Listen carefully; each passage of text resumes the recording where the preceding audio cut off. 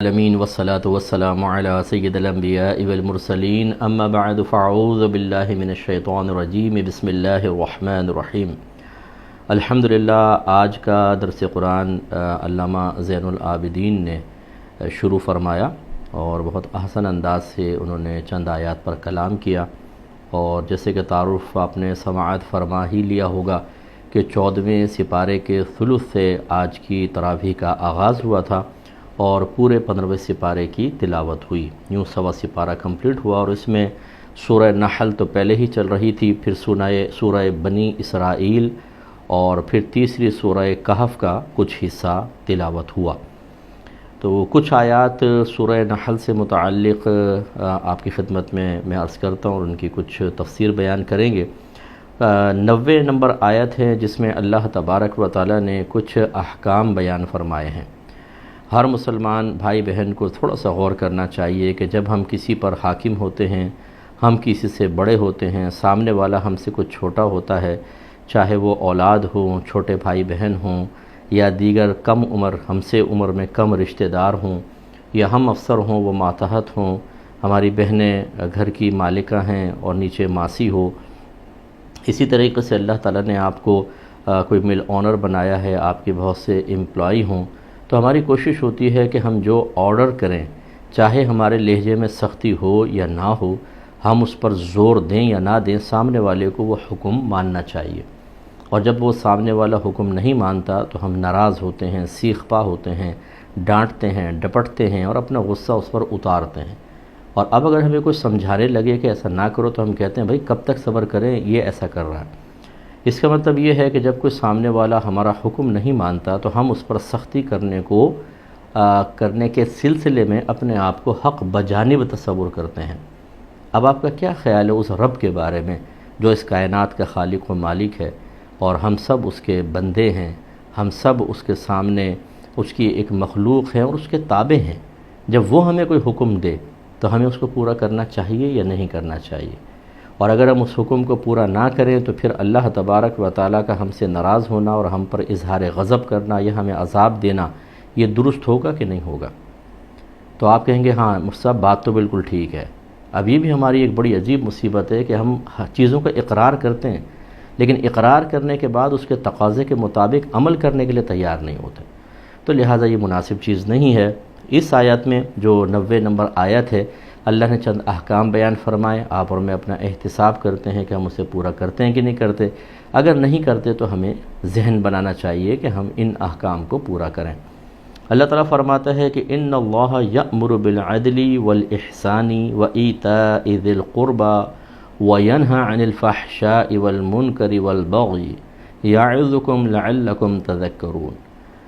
بے شک اللہ تعالیٰ حکم دیتا ہے تمہیں عدل و انصاف کا اور احسان کا۔ احسان کا لفظ دو معنی میں استعمال ہوتا ہے، ایک تو ہم کسی کے ساتھ اچھا سلوک کرتے ہیں اس کو احسان کہتے ہیں، اور ایک اخلاص پر بھی اس کا یہ لفظ بولا جاتا ہے۔ اور قریبی رشتہ داروں کو دینے کا، کچھ عطا کرنے کا، اور منع کرتا ہے وہ فحاشی سے اور برائی سے اور سرکشی سے، اور نصیحت کرتا ہے تمہیں تاکہ تم نصیحت حاصل کرو۔ تو اس میں اللہ تعالیٰ نے ہمیں ایک عدل کا حکم دیا۔ عدل کا مطلب ہوتا ہے کہ جس طرح شریعت نے کسی چیز کو رکھنے کا حکم دیا ویسا رکھیں۔ اگر ہم اسے ویسا نہیں کرتے ہیں، اس میں کمی یا زیادتی کرتے ہیں، تو سمجھ لیں ہم ظلم کے مرتکب ہوتے ہیں۔ تو اب دو بیویاں ہوں، ان کے درمیان عدل ہمیں قائم کرنا چاہیے، اور برابر ان کے ساتھ سلوک ہو، ان کی باریاں مقرر ہوں، تحائف میں برابری ہو، ان کو گھمانے پھرانے میں برابری ہو، اور قلبی میلان معاف ہوتا ہے کیونکہ قدرت و اختیار میں نہیں ہے، لیکن جو چیزیں ظاہری اعتبار سے قدرت و اختیار میں ہیں ان کو ہمیں بروئے کار لاتے ہوئے دو ازواج میں عدل کرنا چاہیے۔ اسی طرح اولاد میں عدل کرنے کا حکم ہے۔ بیٹے کو بیٹی پر فوقیت دینا، یا ایک بچے کو دوسرے بچے پر بعض اوقات فوقیت دینا۔ بڑے بیٹے کی طرف زیادہ لگاؤ ہو جاتا ہے، اس کی بیوی اچھی لگتی ہے، چھوٹے سے زیادہ دل نہیں مائل ہو رہا تو اس کی بیوی بھی بری لگنے لگ جاتی ہے۔ اس سے زیادہ کام کروانا، انہیں پہ ٹونٹنگ کرنا، انہیں سب کے سامنے ذلیل کرنا، بڑے کے سامنے خاموش رہنا، اسے کچھ بھی نہ کہنا، یہ رویہ والدین کا بعض اوقات ہو جاتا ہے۔ اب اولاد کو میں یہ نہیں کہہ رہا ہوں خدا نخواستہ کہ اولاد ان کی گرفت کرے، لیکن انہیں سوچنا چاہیے۔ میرے آقا صلی اللہ علیہ وسلم نے ارشاد فرمایا کہ اپنی اولاد میں عدل سے کام لو، حتیٰ کہ انہیں بوسے دینے میں، یعنی اگر ایک بچے کو پیار کریں تو دوسرے کو بھی کریں، اور اس طرح ان کے ساتھ انداز اختیار کریں، اپنی توجہ اور میلان اس طرح رکھیں کہ کسی ایک کو احساس کمتری نہ ہو۔ اسی طریقے سے اگر آپ کے شاگرد ہیں ان میں عدل و انصاف کرنا، آپ کے مرید ہیں تو ان میں عدل و انصاف کرنا، اسی طریقے سے جو ججز ہیں ان پہ تو خاص مطلب ان کو عدل کے لیے اللہ نے بٹھایا ہے، تو انہیں عدل و انصاف سے کام لینا، یہ سب اس میں آتا ہے۔ اب آپ کو مجھے غور کرنا چاہیے کہ کسی بھی اسٹیج پر اگر ہم ہیں اور ہم اپنے ماتحت سے عدل سے کام نہیں لیتے بلکہ اس کی ضد ظلم کو اختیار کرتے ہیں، تو پھر آخرت میں گرفت ہو سکتی ہے، کیونکہ اللہ کے حکم کے خلاف کر رہے ہیں۔ ایسے اللہ تعالیٰ تمہیں احسان کا حکم دیتا ہے۔ اب احسان اگر کسی کے ساتھ بھلائی کے معنی میں لیں تو اللہ تعالیٰ حکم دیتا ہے کہ ہم اپنے رشتہ داروں کے ساتھ، قریبی مسلمان بھائیوں کے ساتھ بھلائی کریں اگر ہمیں قدرت و اختیار حاصل ہو۔ بعض اوقات ہم احسان کرتے ہوئے گھبراتے ہیں کہ نہیں کریں گے تو اور مانگ لے گا، یا ہم چاہتے ہیں کہ رشتہ داروں میں سب ہمارے نیچے رہیں، ہمیں فوقیت حاصل ہو، تو پھر ہم نہیں چاہتے کہ ہم ان کے ساتھ کوئی احسان کی صورت کر کے انہیں اس تنگ دستی، اس پریشانی اور اس قسم پرسی کے عالم سے باہر نکال کر اپنے پاؤں پہ کھڑا ہونے دیں۔ ایسا ہو جائے گا تو کل کو یہ ہمارے سامنے کھڑے ہو جائیں گے، تو پھر ہم اپنے آپ کو احسان سے روک لیتے ہیں۔ یہ مناسب چیز نہیں ہے، ہمیں احسان کرنا چاہیے اپنی استطاعت اور ہمت کے مطابق۔ ہاں، اگر کوئی سامنے کافر ہے، کوئی بد مذہب ہے، کوئی شرارتی قسم کا انسان ہے، اگر کوئی ایسا ہے کہ اس کے ساتھ احسان کریں تو الٹا وہ ہمارے ساتھ برا سلوک کرتا ہے، تو پھر احسان سے رک جانے میں حرج نہیں ہے۔ اچھا، کافر کو جو میں نے ذکر کیا اس کا مطلب کیا ہے کہ اگر ایک مسلمان بھائی موجود ہے کہ اس پر ہمیں احسان کرنا ہے، اور ہم ایک کافر بھی ضرورت مند ہے، ہم اس کو چھوڑ کر مسلمان کو دیتے ہیں، بالکل ٹھیک ہے، کیونکہ پہلا حق مسلمان کا ہے۔ اسی طریقے بد مذہب کا تو کوئی حق نہیں، اس کے ساتھ احسان کی کوئی صورت نہ کریں، لیکن اگر یہ آپ سمجھتے ہیں کہ کوئی غلط عقیدہ رکھتا ہے، کوئی کافر بھی ہے جیسے باہر کے ملکوں میں، اور ہم تھوڑا سا مناسب رویہ رکھ کر اسے توبہ کی طرف، اسلام کی طرف مائل کر سکتے ہیں، تو پھر کوئی حرج نہیں ہے۔ لیکن یہ جو حکم ہے یہ عام مسلمان جو آپ کے پڑوسی ہیں، آپ کے رشتہ دار ہیں، ان کے ساتھ احسان کرنے کا حکم ہے، اور رشتہ داروں کو دینے کا، عطا کرنے کا، تو کوشش کرنی چاہیے کہ اپنے رشتہ داروں کو دیں۔ زکوٰۃ میں بھی اپنے رشتہ داروں کو فوقیت دینا، اور خصوصاً ان کو جو طلب نہیں کرتے ہیں، جو ہاتھ نہیں پھیلاتے ہیں، سفید پوش قسم کے لوگ ہیں، ہینڈ ٹو ماؤتھ ان کا گزارا ہوتا ہے، انہیں تھوڑا بہت مدد کرنا، اس طرح کہ ان کی عزت نفس مجروح نہ ہو۔ آپ اعلانیہ طور پہ نہ دیں کہ بیچارے گلٹ فیل کریں، زکوٰۃ کہہ کر نہ دیں، آپ یہ کہہ سکتے ہیں یہ تحفہ ہے، گفٹ ہے، عیدی ہے، دل میں زکوٰۃ کی نیت کر سکتے ہیں آپ۔ اسی طریقے سے جو اللہ نے فرمایا کہ لا تبطلوا صدقاتکم بالمن والاذی، اپنے صدقات کو احسان جتا کر اور اذیت پہنچا کر ضائع نہ کرو، تو یہ بھی نہیں ہونا چاہیے کہ آپ کسی سفید پوش کی مدد کریں اور پھر بھری محفل میں اس کو ذلیل کریں، اس پر ٹونٹنگ کریں، اگر وہ آپ کی مرضی کے موافق نہ چلے اور آپ کی عزت نہ بجا لائے، جو کہ آپ اپنے صدقے کے بدلے میں دنیا میں کیش کرتے ہوئے چاہ رہے تھے، تو آپ نے بھری محفل میں اس کو ذلیل کر دیا اور طعنے دے دیے، تو آپ کا صدقے کا ثواب گیا اور سزا علیحدہ ہوگی۔ تو احترام کے ساتھ دیں۔ اور اللہ تعالیٰ نے وَيَنْهَى عَنِ الْفَحْشَاءِ وَالْمُنْكَرِ وَالْبَغْيِ، اور وہ روکتا ہے فحاشی سے، برائی سے اور سرکشی سے۔ فحاشی سے روکتا ہے فحش ہر وہ چیز کہ جس کو شریعت حیا کے خلاف قرار دے، یا ہمارا معاشرے میں جو سنجیدہ لوگ ہوتے ہیں، جو مطلب پڑھا لکھا طبقہ ہے، بامروت لوگ ہوں، ان کی نظر میں وہ عمل معیوب ہو، اس کو فحاشی کہتے ہیں۔ تو اس لیے فحاشی سے اللہ تعالیٰ نے روکا، اس میں گالیاں بکنا بھی آ جائے گا، بدنگاہی، گندا سوچنا، گندا بولنا، گندی جگہوں پر جانا، گندے لوگوں سے رابطے رکھنا، گندا لٹریچر پڑھنا، گندی آڈیوز سننا خراب قسم کی، یہ سب فحاشی کے اندر آتا ہے، اور اللہ تبارک و تعالیٰ اس سے منع فرما رہا ہے۔ برائی یہ عام ہے، فحاشی بھی اس میں شامل ہے برائی کے اندر، اور جیسے نماز قضا کرنا یہ بھی ایک برائی ہے، چوری کرنا، دیگر جو گناہان صغیرہ اور کبیرہ ہیں وہ سب منکر کے تحت آتے ہیں۔ سرکشی سے اللہ تعالیٰ منع فرماتا ہے۔ ایک بغاوت اور سرکشی ہوتی ہے ریاست کے خلاف، کہ اگر کوئی حاکم اسلام صحیح حکم بیان کر رہا ہے شریعت کے موافق، اس کے خلاف جانا یہ بغاوت ہے۔ جیسے حضرت ابو بکر صدیق رضی اللہ تعالیٰ عنہ نے زکوٰۃ کا حکم جاری فرمایا جو پہلے سے نبی کریم فرما رہے تھے، تو کچھ منکرین زکوٰۃ پیدا ہو گئے اور انہوں نے اس کو ٹیکس سے تعبیر کیا کہ ہم تو نہیں دیں گے، تو آپ نے ان کے خلاف جہاد کیا ہے، تو گویا کہ وہ باغی ہو گئے۔ اس طریقے سے یہ بغاوت جو ہے، سرکشی، خلاف شرع، یہ شریعت نے منع کیا ہے۔ اسی طرح علماء کے خلاف، مفتیان کرام کے خلاف، جو باعمل لوگ ہیں ان کے خلاف جب وہ قرآن کا حکم بیان کریں، حدیث کا حکم بیان کریں یا اپنی اجتہادی حکم بیان کریں، تو ہم بغاوت کا راستہ اختیار کریں، یہ غلط ہے۔ بعض چیزیں قرآن سے ثابت ہوتی ہیں، بعض حدیث سے ہوتی ہیں، اور بعض ایسی ہوتی ہیں جن کے بارے میں قرآن اور حدیث خاموش ہوتے ہیں۔ اس وقت پھر علماء کا کردار ہوتا ہے کہ وہ اس کے بارے میں بولے۔ جیسے اللہ نے فرمایا اطیعوا اللہ واطیعوا الرسول واولی الامر منکم، اللہ کی اطاعت کرو، رسول کی اطاعت کرو، ان لوگوں کی اطاعت کرو جو تم میں حکم والے ہیں۔ یہ حکم والے سے مراد کون ہیں؟ مجتہدین ہیں۔ یہ وہ علماء، وہ مفتیان کرام ہیں جو وصف اجتہاد سے متصف ہیں، اور وہ جانتے ہیں کہ تغیر زمانہ کے اعتبار سے، زمانے کے بدل جانے کے اعتبار سے اب ہمیں لوگوں کو کیا حکم دینا۔ وہ اگر کوئی حکم دیتے ہیں تو چونکہ اللہ نے ان کی اطاعت کا حکم دیا، اور جب اللہ کے حکم پر آپ عمل کریں گے تو گویا کہ آپ شریعت کو فالو کر رہے ہیں، تو اس لیے ان علماء کا حکم بھی ایک شریعت ہوتی ہے، یعنی وہ ہماری شریعت محمدی کا حصہ بن جاتی ہے، کیونکہ اللہ نے حکم دیا۔ اس سے وہ ہماری بہنیں درس حاصل کریں۔ انہیں جب کہتے ہیں نقاب کریں، کہتی کہاں لکھا ہے قرآن و حدیث میں؟ بتاؤ۔ یہ تو علماء نے اپنے پاس سے بنا لیا ہے۔ اگر اپنے پاس سے بھی بنایا ہے تو یہ دیکھیں کہ اللہ تعالیٰ نے انہیں اپنے پاس سے احکام بیان کرنے کا اختیار دیا ہے کہ نہیں دیا، تو ان کو حکم ماننا دراصل اللہ اس کے رسول کا ہی حکم ماننا ہے۔ تو اب اگر ہم نہیں مانتے، بغاوت اور سرکشی کے راستے اختیار کرتے ہیں تو مارے جائیں گے۔ اسی طرح جو بعض خواتین نے جو باقاعدہ یہ معاملات ہوتے ہیں، پیچھے بہت بڑی ایک سازش ہوتی ہے، جی میرا جسم میری مرضی، اور ہم یوں کریں گے اور وہ کریں گے، اور وہ کوشش کرتے ہیں کہ اس امت کے اندر بے حیائی اور خراب چیزیں عام کر دی جائیں، تو وہ سرکشی کا راستہ ہی تو اختیار کر رہے ہیں۔ انہیں آپ قرآن سنائیں، وہ قرآن کے خلاف بولیں گے، حدیث سنائیں، حدیثوں کو گالیاں بکیں گے۔ کیا ایسے لوگ پیروی کے قابل ہیں؟ کیا ایسے لوگوں کو سراہا جانا چاہیے؟ کیا ایسے لوگوں کی گیدرنگ میں اضافہ کرنا چاہیے؟ کیا ایسے لوگوں کا تماشا دیکھ کر ان کی حوصلہ افزائی کرنی چاہیے؟ یہ ہماری میجر مسٹیک ہے۔ یہ اچھی طرح میرے لفظ یاد رکھیے گا۔ بعض اوقات میرے آقا صلی اللہ علیہ وسلم فرماتے ہیں جو جس قوم کا مجمع بڑھائے وہ انہی میں سے ہے۔ تو اب ہمارے ہاں فی زمانہ مجمع بڑھانے کی دو صورتیں ہیں۔ کہیں پہ ایسے لوگ جمع ہو گئے، آپ بھی روڈوں کے چاروں طرف آ کے کھڑے ہو گئے، ہزاروں کی تعداد میں دیکھ رہے ہیں، تو لازم بات ہے کہ جب مرکز نگاہ بنیں گے تو حوصلہ افزائی ہوگی۔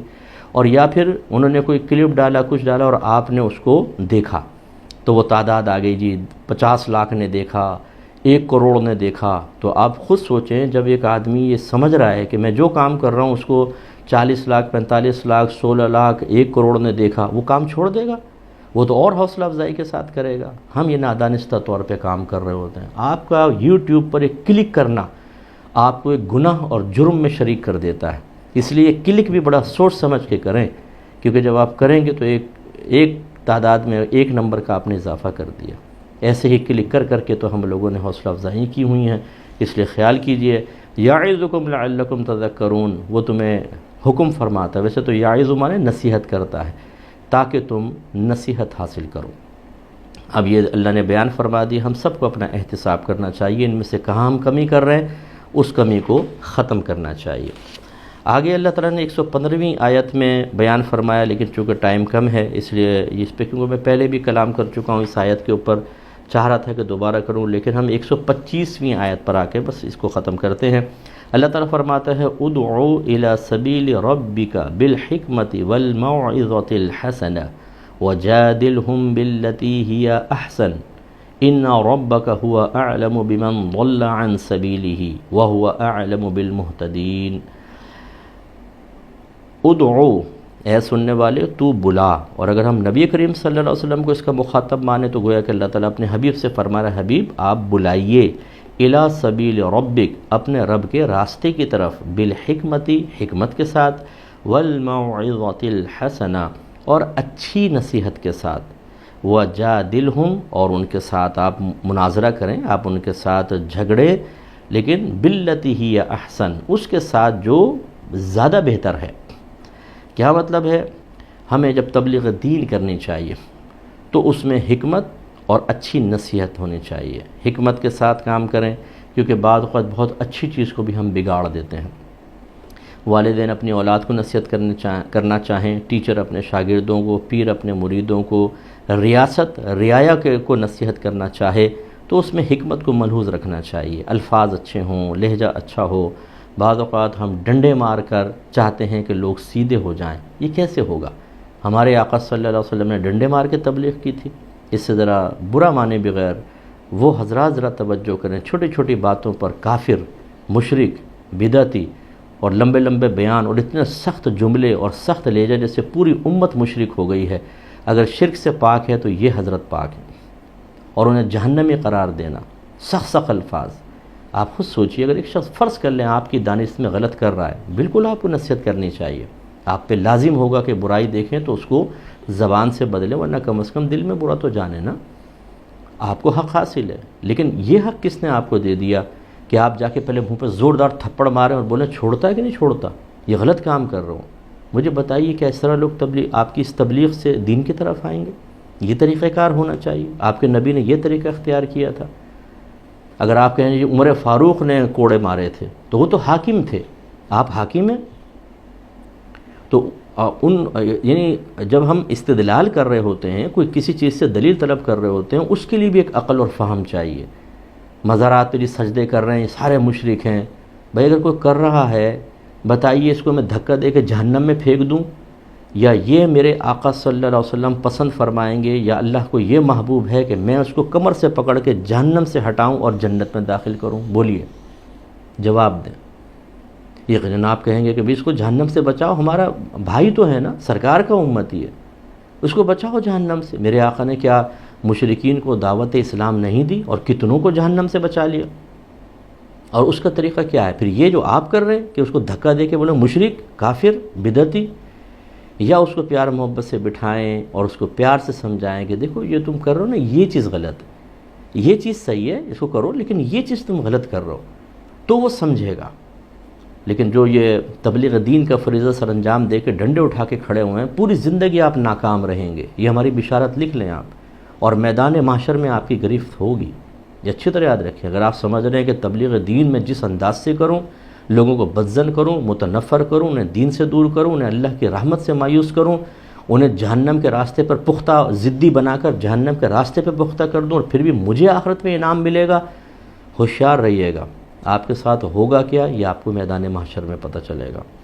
اور یہ جو فرمایا وَجَادِلْهُمْ بِالَّتِي هِيَ أَحْسَنُ، اور ان کے ساتھ اس چیز کے ساتھ جھگڑیے یا اس چیز کے ساتھ مناظرہ کیجئے جو زیادہ بہتر ہے. اس کا مطلب کہ اگر کوئی سامنے سے گالی بکے تو گالی نہ بکو، اسے شستہ لہجے میں اچھے انداز سے سمجھاؤ. یہ اخلاق جو ہے وہ سامنے والے کو غلطی کا احساس دلائے گا اور وہ گناہ چھوڑ کر ہماری طرف آئے گا. اب بعض اوقات شوہر بیوی کو سمجھا رہا ہوتا ہے، کوئی حکمت نہیں، کوئی اچھی نصیحت نہیں، ماں بہن کی گالیاں بک کر، اس کے مرحوم ماں باپ کو گالیاں بک کر چاروں طرف ٹھونس دوں میرا حکم مانے. ایسے کیسے مانے گی؟ یا تو وہ مجبور ہوگی تو شاید سن لے، لیکن کیا اس طرح سن کر وہ نصیحت قبول کرے گی؟ نہیں، اس کے دل میں کینہ بیٹھے گا. ایسی بعض اوقات بیوی اپنے شوہر کے اوپر حکم چلا رہی ہوتی ہے، ایسی ساسیں بہوؤں کو سمجھا رہی ہوتی ہیں. بھئی آپ پیار سے بھی تو کہہ سکتی تھیں یہ بات. چیخ کر، چلا کر، زوردار آواز میں جھڑک کر، سب کے سامنے ذلیل کر کے آپ چیز سمجھا رہی ہیں، کیا اس کو حکمت کہیں گے؟ کیا یہ اچھی نصیحت ہے؟ یہ تو نہیں. اسی طرح خاندانی جھگڑوں کے اندر اگر جھگڑا ہو رہا ہے، میاں بیوی کے اندر ہو رہا ہے، ساس بہو کے اندر ہو رہا ہے، رشتہ داروں میں ہو رہا ہے، ہمیں اس آیت پر عمل کرنا چاہیے کہ بھئی آپ جواب ضرور دے سکتے ہیں لیکن احسن طریقے سے دینا. اگر کوئی لہجہ سخت کر رہا ہے آپ نرم بولے، اگر وہ لاؤڈلی بول رہا ہے آپ بالکل نارمل وے میں بولے.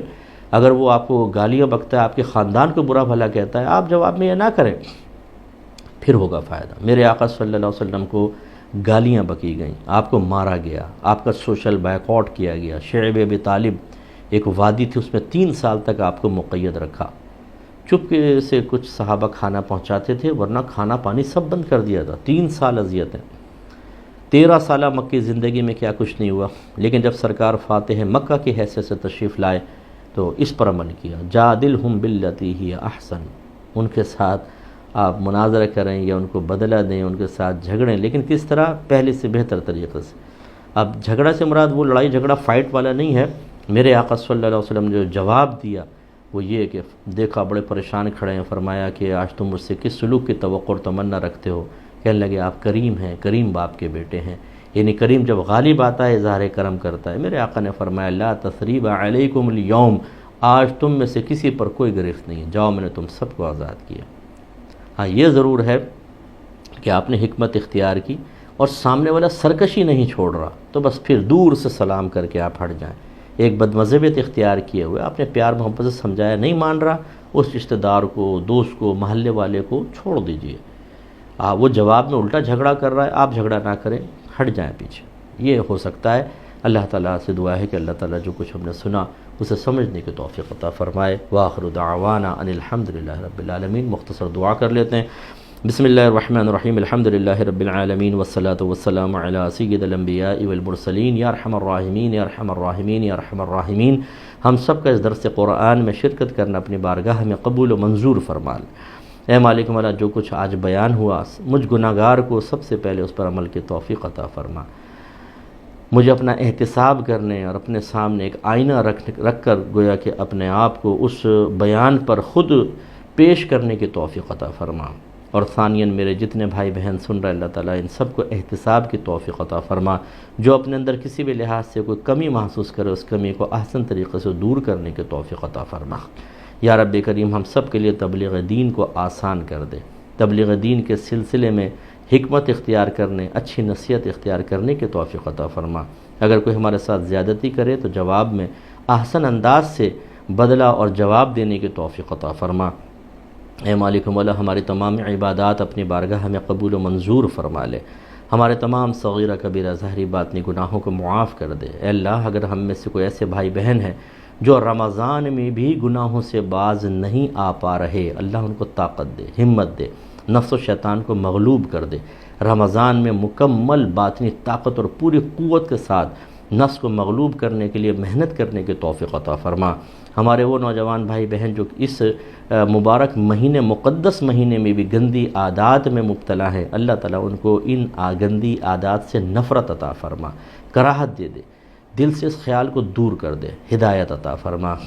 جو میرے بھائی بہن ہمیں سن رہے ہیں, ان میں جو میاں بیوی ہیں اگر آپس میں لڑے بیٹھے ہیں, اللہ تعالیٰ انہیں پیار سے محبت سے رہنے کی توفیق عطا فرما. ایک دوسرے کی غلطیاں نظر انداز کرنے, اپنی غلطی خود محسوس کر کے اپنا احتساب کر کے اس غلطی کو بھی دور کرنے اور دوسرے سے اس پر معافی طلب کرنے کی توفیق و ہمت عطا فرما. اپنے بچوں کو کے قلوب میں ڈر اور خوف پیدا کرنے کے بجائے ایک برے رول ماڈل بن کے اپنے بچوں کے ازدواجی مستقبل کی زندگی کو خطرے میں ڈالنے کے بجائے اچھے میاں بیوی بن کر, اچھے ماں باپ بن کر بچوں کی آئندہ زندگی کو بہتر بنانے کی توفیق و ہمت عطا فرما. خصوصی طور پہ دعا فرمائیں جو ہمارے بھائی بہن ہماری اکیڈمی سے تعاون کرتے ہیں, اللہ تبارک و تعالیٰ ان پر اپنی خاص رحمتیں برکتیں نازل فرما. ان کی اولاد کو ان کی آنکھوں کی ٹھنڈک بنا کر رکھ, زوال عزت سے محفوظ فرما. کہ اللہ تعالیٰ ان کو آفات و بلیات سے بچا لے. ان کی تمام جائز دعائیں اپنی بارگاہ میں قبول و منظور فرما لے. تمام جائز تمنائیں پوری فرما دے. ہر جائز مقصد میں عافیت کے ساتھ کامیابی عطا فرما. اے اللہ تعالیٰ وہ مقصد جس کے لیے بار بار دعائیں کر رہے ہیں, دعائیں کروا رہے ہیں, اللہ تعالیٰ اس جائز مقصد کو پورا فرما دے. اس کی تکمیل کے لیے غیب سے ان کی امداد فرما. مالک مولا, جس طرح ہم سب یہاں جمع ہوئے اپنے اپنے علاقوں میں لیکن اس درس کے اندر جمع ہو گئے, اسی طرح ہمیں جنت الفردوس میں اپنے حبیب کریم صلی اللہ علیہ وسلم کی خصوصی مجالس میں جمع ہونے کی توفیق عطا فرمانا.